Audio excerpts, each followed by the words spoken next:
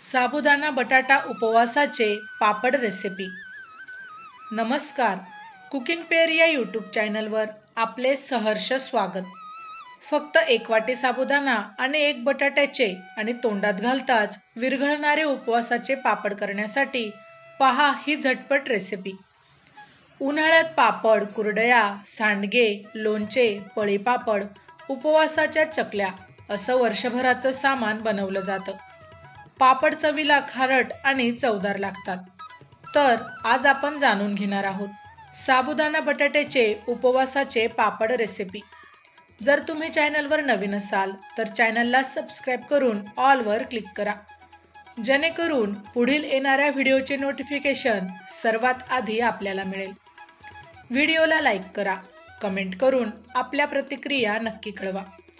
चला तर मग आजच्या व्हिडिओमध्ये जाणून घेऊया साबुदाणा बटाटा उपवासाचे पापड रेसिपी।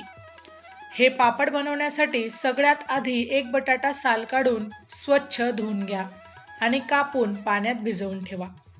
एक वाटी साबुदाणे मिक्सरमधून फिरवून बारीक करून घ्या। बटाट्याच्या फोडींमध्ये एक चमचा पाणी मिसळून याची बारीक पेस्ट तयार करा। पाणी गरम करून त्यात साबुदाण्याची पावडर घाला। पाणी थोडं उकळल्यानंतर त्यात बटाट्याची देखील पेस्ट घाला।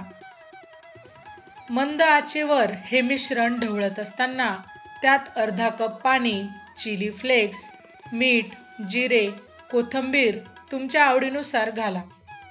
हे मिश्रण घट्ट झाल्यानंतर एका प्लास्टिकच्या कागदाला तेल लावून त्यावर पसरून ठेवा।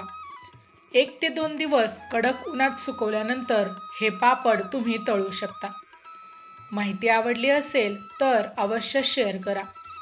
आपल्याला कोणत्या रेसिपीज पाहायला आवडतील कमेंट करून नक्की सांगा। अशाच प्रकारच्या नवनवीन रेसिपीसाठी कुकिंग पेअर या यूट्यूब चॅनलला अवश्य सबस्क्राइब करा। धन्यवाद।